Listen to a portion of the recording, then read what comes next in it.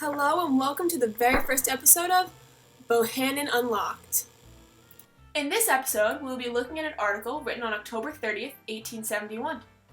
It is important to note that in 1871, the Civil War had ended and business in Brooklyn was booming. A young Wilson Bohannan with his son Todd moved out of their garage on Stanhope Street to their first official building on Broadway in Kossuth. This article that we will be looking at was published in the Brooklyn Daily Times, featuring brass spring padlocks, corner of Broadway and Kossuth Street, and Wilson Bohannan's production of padlocks at the time. This article is actually rather unique, due to the fact that we're not sure if anybody's actually ever seen it. It was only just recently posted to the Brooklyn Daily Times. This article really goes into detail about Wilson Bohannan's factory in Brooklyn, just some genuinely amazing information that has just come to light. I hope you enjoyed the article just as much as I did, and let's get started. We have had occasion in former articles to trace the antiquity of locks and keys, and have shown that they were used in the very early ages of the world. Even styles of locks were employed similar to those of the present day, though much heavier. The era of small locks commenced within 100 years, and there are among us those who still remember the bank locks that frequently weighed from 30 to 40 pounds. We now approach the subject of padlocks, a mode of fastening adapted in order to remove the lock when not in use, and to secure safety from the outside. Our fellow townsman, Wilson Bohannan, has been employed in the manufacture of padlocks for the last 25 years. He was with Hobbs, the celebrated lockman, and started for himself early in life. He has taken out 9 distinct patents, most of which have been for valuable improvements. He has had several government contracts and has been given satisfaction by the approved character of his work and his own promptness.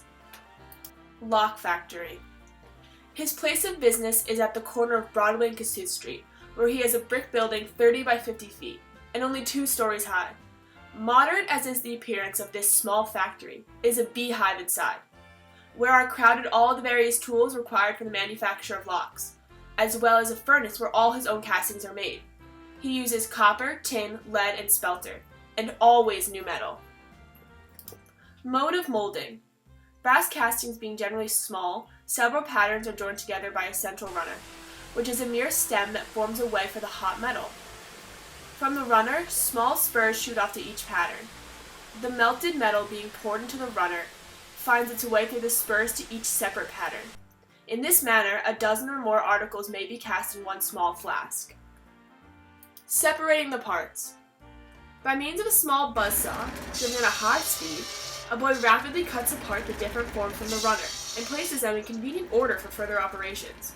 They go first to the tumbling barrel, where they are deprived of sand and smaller inequalities by friction with bits of iron and other similar things. The rough edges are cut away by fraziers.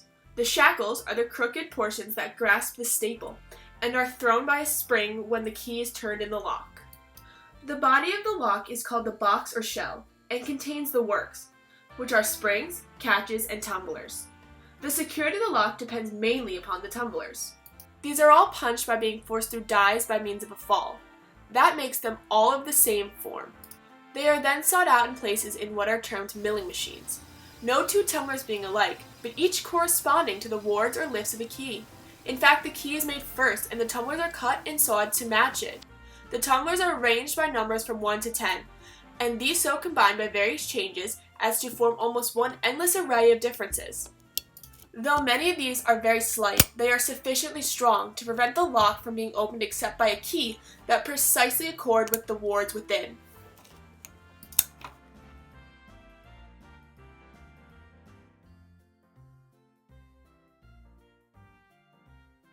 Inner works. The box is cast in blank, or nearly so, and the stumps, elevators, are put in afterward and tightly riveted. On these are placed the tumblers, springs, and other similar things. The tumblers, when are struck up, are slightly raised near one edge, so they may not touch each other, or be impeded in their action by dust. Besides the ordinary locks, Mr. Bohannan is engaged in the manufacturing of the celebrated seal locks.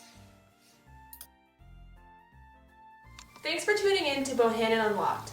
On the next episode, we'll be discussing the seal lock and Wilson Bohannan's relationship with the American Seal Lock Company. If you liked what you saw today, hit subscribe. Turn on notifications so you know when our next episode's coming out, and hit the like.